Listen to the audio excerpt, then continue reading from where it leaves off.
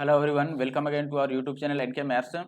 इस वीडियो में मैं कुछ प्रैक्टिस क्वेश्चन लेकर के आया हूं। ठीक है, जैसा कि आप देख रहे हैं यहाँ पर लिखा गया है practice course on SSC CGL mains through mock test. तो जो मॉक टेस्ट के कुछ चुने हुए क्वेश्चन हैं वो मैं लेकर के आया हूँ आपके लिए, और इसमें काफ़ी अच्छे अच्छे क्वेश्चन होने वाले हैं। देखिए, मैंने लाइव आने के लिए बोला था लेकिन फिलहाल लाइव नहीं आ पाया हूँ। आप कमेंट करके मुझे बता सकते हैं कि आपको ऐसे छोटे छोटे वीडियो से बात बन जाएगी या फिर लाइव क्लास चाहिए। ठीक है, फिलहाल मैं कोशिश कर रहा हूँ कि छोटी छोटी वीडियो आए। हर एक वीडियो में 4 या 5 क्वेश्चन आपको मिलेंगे और हर एक क्वेश्चन बेहतरीन होंगे अपने आप में। जो मॉक से निकाले गए क्वेश्चन है, चुने गए क्वेश्चन है, और ये डायरेक्टली एसएससी सीजीएल मेंस 2020 को टारगेट करेंगे। ठीक है, तो चलिए स्टार्ट करते हैं। वीडियो अच्छा लगे तो शेयर जरूर करें, लाइक करें वीडियो को, और नीचे कमेंट जरूर करें। वीडियो में आप कमेंट करेंगे तो हमें पता चलेगा कितने लोग हैं जो मेंस की तैयारी कर रहे हैं। ठीक है, और पहले क्वेश्चन से शुरुआत करते हैं।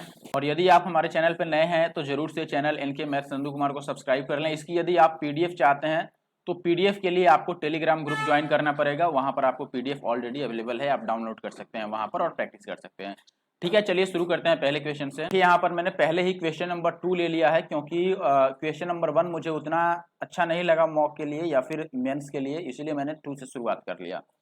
क्वेश्चन नंबर 2 में आपको बोला गया है, ये एल है, एल कॉस स्क्वायर थीटा और plus M sine square theta जो है वो इसके बराबर है, और थीटा 0 और 90 के बीच में है, तो कॉट थीटा की वैल्यू बतानी है। आप थीटा एज्यूम करके भी जा सकते हैं, लेकिन लंबा होगा वैसे, तो डेफिनेटली हमें यहाँ पर आइडेंटिटीज का यूज करके सॉल्व करना होगा। देखो, कॉसेक स्क्वायर थीटा माइनस 1 ये किसके बराबर होता है? ये कॉट स्क्वायर थीटा के बराबर होता है। अब देखो, इस कॉट स्क्वायर को अगर हम चेंज करें, ये कितना बन रहा है यहाँ पर देखना जरा। ये है इधर अपना एल और कॉस स्क्वायर थीटा और प्लस एम और साइन स्क्वायर थीटा। ठीक है, और राइट साइड में ऊपर है अपना कॉस स्क्वायर थीटा और इनटू का आप बोलेंगे कि ये कॉसेक स्क्वायर थीटा प्लस 1 है, और नीचे ये जो कॉसेक स्क्वायर थीटा था जिसको मैं कॉट स्क्वायर थीटा लिख रहा था, इसको मैं लिख रहा हूँ कॉट स्क्वायर किसके बराबर होता है? कॉस स्क्वायर थीटा, और बाई साइन स्क्वायर थीटा, तो वो साइन स्क्वायर थीटा हम ऊपर लिख देते हैं, और ये कॉस स्क्वायर से कॉस स्क्वायर कट जाएगा। यहाँ बचेगा अपना एल कॉस स्क्वायर थीटा, ठीक है, और प्लस का एम साइन स्क्वायर थीटा, और राइट साइड में क्या हो गया? इस साइन वाले से हम गुना करते हैं, तो साइन से जब कॉसेक स्क्वायर को करेंगे तो ये तो 1 बन जाएगा, और प्लस साइन को 1 से करेंगे तो ये कितना रहेगा आपका? Sine square theta.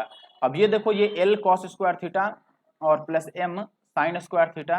अब यहाँ पर ध्यान रखना कि हमें इसको चेंज करना है। ये जो 1 है, 1 को हम sine square plus cos square लिख सकते हैं, तो इस 1 को मैं लिख देता हूं कि ये जो 1 है पहले से ये कॉस स्क्वायर थीटा और प्लस साइन स्क्वायर थीटा के बराबर है, और एक साइन स्क्वायर थीटा ऑलरेडी यहाँ पर लगा था।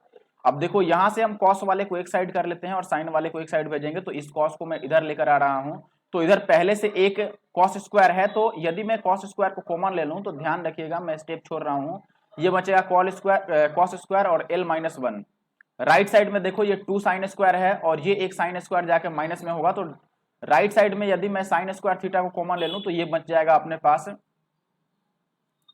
2 और माइनस का m। बात समझ रहे हो?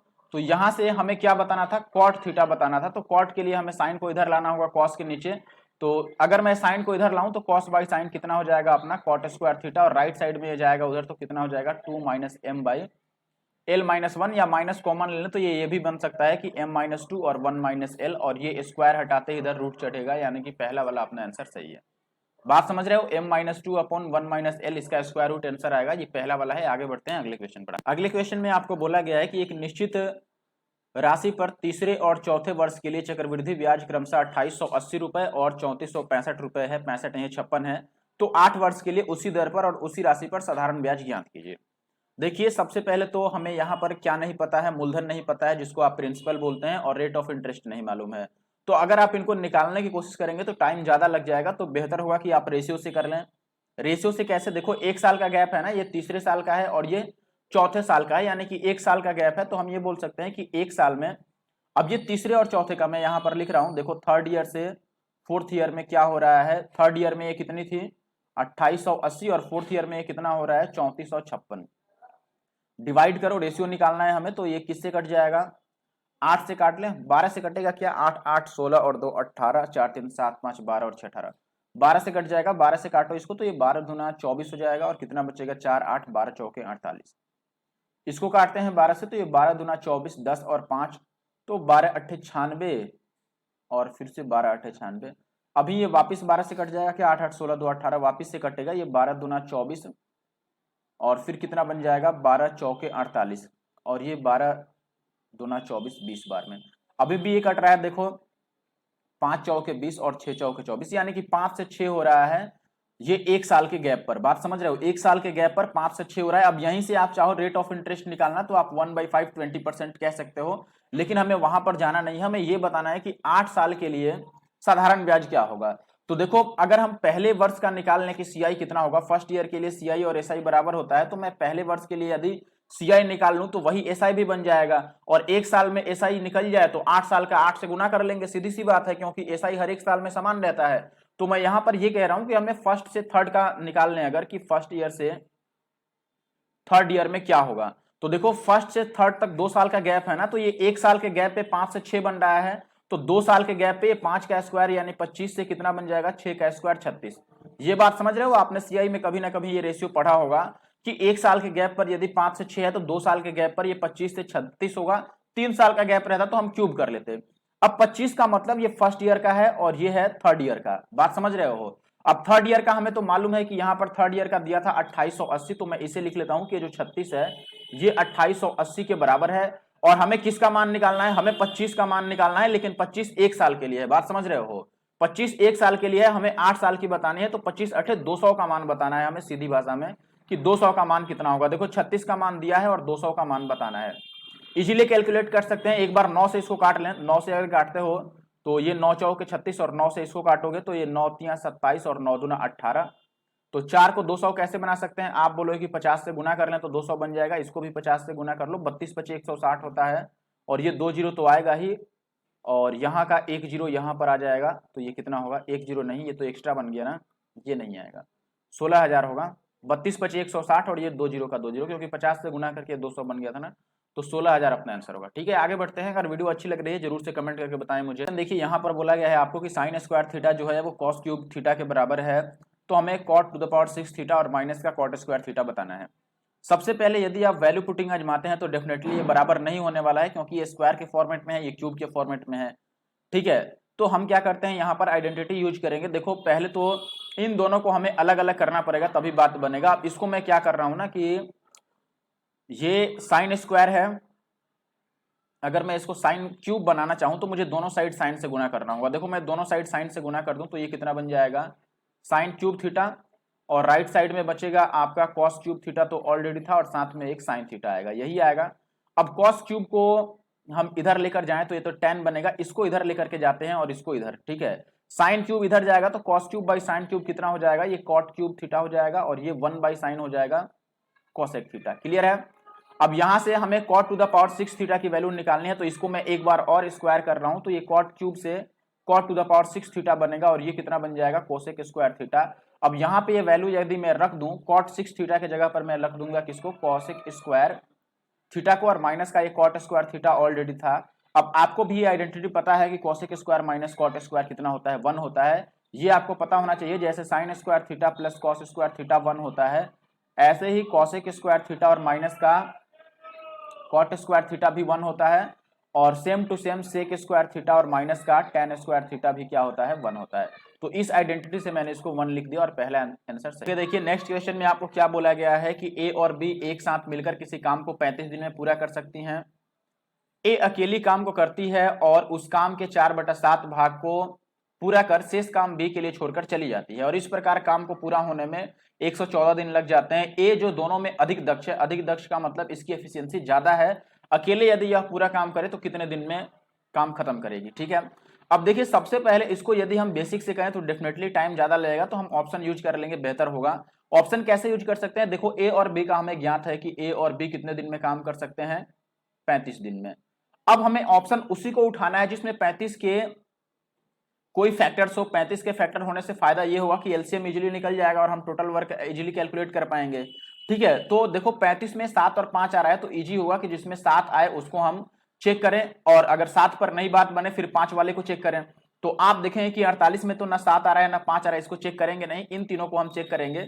इन तीनों में भी पहले 7 वाले को चेक करके देखते हैं, आप 5 वाले को भी चेक करके देख सकते हो, कोई इश्यू नहीं है। अगर हम 42 को चेक करें तो मैं ये बोलूंगा कि देखो हमसे ये पूछ रहा था कि ए अकेले कितने दिन में काम करेगा, तो मैं ये मान के चलता हूं कि ए अकेले यदि 42 दिन में काम करे तो अब हमें चेक करना पड़ेगा कि क्या ए 42 दिन में पूरा काम करता है और ए बी मिलकर 35 दिन में काम करें। तो इस कंडीशन को सेटिस्फाई करने के लिए 114 दिन बन रहा है या नहीं बन रहा है।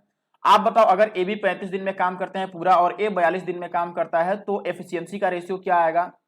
तो आप बोलेंगे उल्टा हो जाएगा, 42 इधर आएगा तो 7 छक 42 6 आ जाएगा और ये 7 बचे 35 यहाँ 5 आएगा और इनको मल्टीप्लाई करके हम टोटल काम लिख सकते हैं कि टोटल काम कितना हो गया 42 बचे 210, यानी कि टोटल काम 210 यूनिट का था। अब सवाल में देखिए ये कह रहा है कि ए ने शुरू में कितना काम करके 4/7 भाग ए ने खत्म कर लिया है शुरू में और बाकी काम बी ने किया है।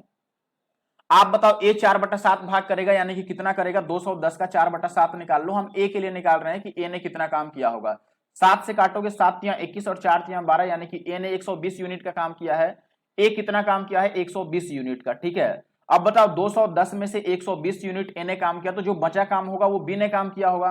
कितना काम बच गया बताओ। तो आप बोलेंगे दोस्त कि काम बच गया 90 यूनिट का काम बच गया। देखो 90 यूनिट का काम बच गया किसके लिए, बी के लिए। ध्यान देना, बी ने 90 यूनिट का काम किया और ए ने कितना किया, 120 यूनिट का काम किया। आप बताओ बी की एफिशिएंसी क्या होगी, आप जरा बताओ।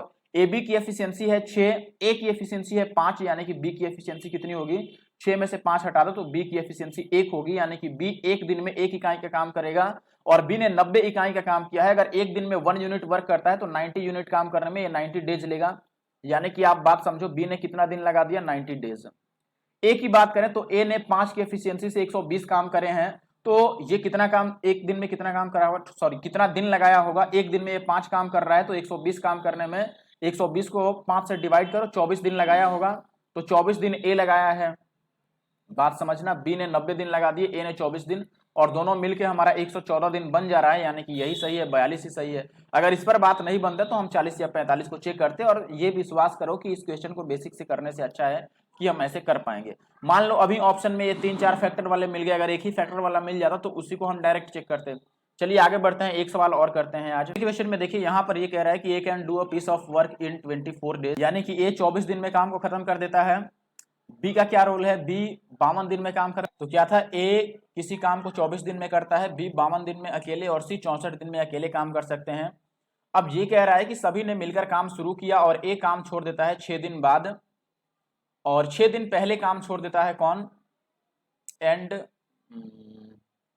हिंदी पढ़ने दो, हिंदी, इंग्लिश में कुछ जो छूट गया है यहाँ पर, सी होना चाहिए था एक्चुअली में। यहाँ पर देख रहे हो कि ए जो है वो 6 दिन बाद काम छोड़ देता है, यानी कि जब काम शुरू होता है उसके 6 दिन बाद ए छोड़ देता है, और सी 6 दिन पहले काम छोड़ता है।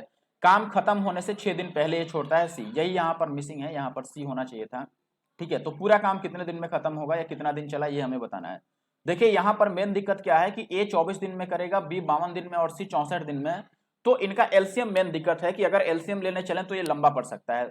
तो हम केवल बी और सी पर काम कर सकते हैं। जैसे ए का हमें पता है कि ए शुरू में 6 ही दिन काम किया है, बाकी इसकी कोई जरूरत नहीं है, उसके आगे तक केवल बी और सी ही काम किए हैं। तो हम चाहें तो ए को साइड कर सकते हैं। आप ये बताइए कि ए कितना काम किया है, बताओ। ए एक दिन में 6 दिन में पूरा काम खत्म कर सकता है, नहीं, ए 24 दिन में पूरा काम खत्म कर सकता है। तो एक दिन में ये कितना काम करेगा, तो आप बोलेंगे कि ये एक दिन में 1/24 काम करेगा, और ये 6 दिन तक काम किया है तो हम 6 से इसको मल्टीप्लाई कर लेते हैं, 6 चौके 24, यानी कि ये 1/4 काम कर दिया है। ए जो है ये टोटल में से 1/4 काम कर दिया है, तो काम कितना शेष रह गया ये बताओ। तो आप बोलेंगे कि 4 में से एक काम ये खत्म कर दिया, तो अभी 3/4 यूनिट का वर्क रह गया है। अब देखो ए को हमने साइड कर दिया कि ये 1/4 काम किया है, तो इसको हटा दो और शेष काम 3/4 जो बचा है वो अब बी और सी ने खत्म किया होगा। तो अब बी और सी की बात कर लेते हैं। बी 52 दिन में काम खत्म करता है और सी 64 दिन में, तो एफिशिएंसी कितना आएगा, देखो ये 16 चौके 64 और 13 चौके 52, ये हो गया क्षमता, यानी कि एफिशिएंसी का रेशियो। अब यहाँ से टोटल वर्क आप कह सकते हैं, किसी भी दो को मल्टीप्लाई कर लो, टोटल वर्क कितना है, तो आप बोलेंगे 52 और गुणा का 16, ये टोटल वर्क था। लेकिन इसमें से 3/4 ही काम रह गया है, क्योंकि 1/4 तो ए ने करके चला गया है। तो यहाँ पर हम 3/4 से मल्टीप्लाई कर लेते हैं, जिससे हमें ये पता चल सके कि काम कितना बाकी रह गया है। तो ये बच गया 4 चौके 16, यानी कि अभी आप बोलोगे कि 52 और गुणा में 4 3 12, इतना काम रह गया है। अब इसमें सी जो है ये 6 दिन पहले काम छोड़ दिया है, तो सी का 6 दिन का काम रह गया, ये भी जोड़ना पड़ेगा। तो हम इसमें प्लस कर लेते हैं सी के 6 दिन का काम। सी 6 दिन में कितना काम करेगा, सी एक दिन में 13 इकाई का काम कर रहा है, तो 13 दिन में 6 दिन में 13 गुना 6 यूनिट का काम करेगा, इसे भी जोड़ना है।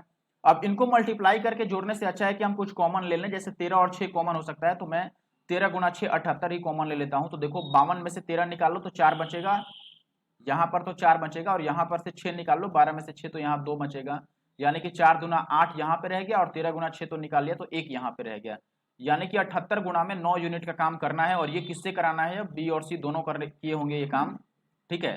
तो बी और सी की एफिशिएंसी से हम डिवाइड कर देते हैं, 16 और 13 कितना हो गया? 29 से भाग करना है। अब ये देखो, ये जो है इसको कैलकुलेट करना थोड़ा अपने आप में एक चैलेंजिंग बात है।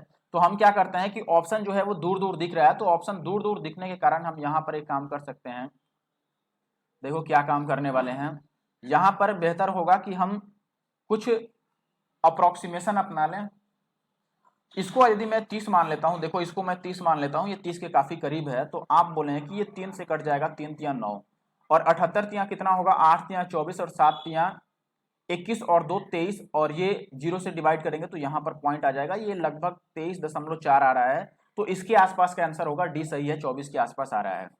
देखो एक बात समझो, हमने डिनोमिनेटर को क्या किया था? बढ़ाया था, तो आंसर हमारा थोड़ा सा कम आ रहा होगा। हमने 29 से 30 कर दिया ना, तो निश्चित रूप से आंसर हमारा थोड़ा सा कम आएगा। तो ये 23.4 है, ये एक्चुअल आंसर से थोड़ा कम है, तो डेफिनेटली इससे थोड़ा सा ज्यादा आंसर होगा, यानी कि 24। आगे बढ़, अभी देखो उसी क्वेश्चन पे लास्ट करना था, लेकिन ये अगला क्वेश्चन आ गया है तो इसको भी देख ही लेते हैं। अब बाकी अगले वीडियो में देखेंगे। क्वेश्चन है find the digit in the thousands position, यानी कि 1000वें स्थान पर, या 1000वें कह लो, एक कहने की जरूरत नहीं है, 1000वें स्थान पर कौन सा अंक आएगा ये हमें बताना है। देखिए 1000वें स्थान पर अंक लाने के लिए डेफिनेटली हमें 1000 तो पहले बनाना होगा। जैसे मान लो मैंने ये कहा कि मुझे 24 से 1000 को गुणा करना है, तो अगर इस फॉर्मेट में हम आंसर निकालने, तो हमें पता है कि इसका जो यूनिट डिजिट है 4, वही 1000वें स्थान पर अंक आएगा। इसको मल्टीप्लाई करके देख लो ये कितना बन रहा है, तो आप बोलेंगे 24,000। तो ये इकाई, दहाई, सैकड़ा और हजार, थाउजेंड प्लेस पर कौन सा नंबर आ गया, कौन सा डिजिट आ गया? 4 आ गया अपना। तो ये हम डायरेक्ट ऐसे कह सकते हैं कि देखो भाई, अगर हम 1000 से मल्टीप्लाई कर रहे हैं किसी भी नॉन जीरो नंबर को, यानी कि जिसके लास्ट में जीरो नहीं है, तो आप कहेंगे कि इसका जो यूनिट डिजिट है वही 1000 प्लेस का डिजिट बनेगा, यानी कि 1000वें स्थान का अंक बनेगा। तो इसमें भी हमें 1000 को अलग करना होगा। 1000 अलग करने के लिए ये देख रहे हैं 5 का क्यूब है, यानी कि 125। अब बताओ 125 को यदि हम 8 से गुना करें तो ये 1000 बन सकता है। तो 125 को 8 से गुना करने के लिए देखो, ये 2 का क्यूब है ना, ये 2 का पावर 101 था, इसमें से 2 का क्यूब को हमने अलग कर दिया, क्योंकि 8 से गुना करके 125 को हम 1000 बना सकते हैं। तो यदि पावर 201 यानी कि 201 बार 2 लिखा गया, उसमें से हमने 3 बार हटा दिया, तो कितनी बार रह गया? 98 टाइम्स अभी रह गया। 98 में यदि मैं 3 जोड़ूंगा तो 101 बन जाएगा ना। आपको ऐसे भी पता होगा कि बेस सेम होने से पावर जोड़ते हैं, तो ये 98 रह गया। अब इसको मल्टीप्लाई करके ये तो 1000 आ गया, और ये आ गया अपने पास 2 के पावर 98। अब सीधी सी बात है कि 1000 से आप किसी भी नंबर को गुणा करेंगे तो लास्ट डिजिट वही बनेगा जो इसका यूनिट डिजिट आएगा। अभी मैंने आपको बताया ही था।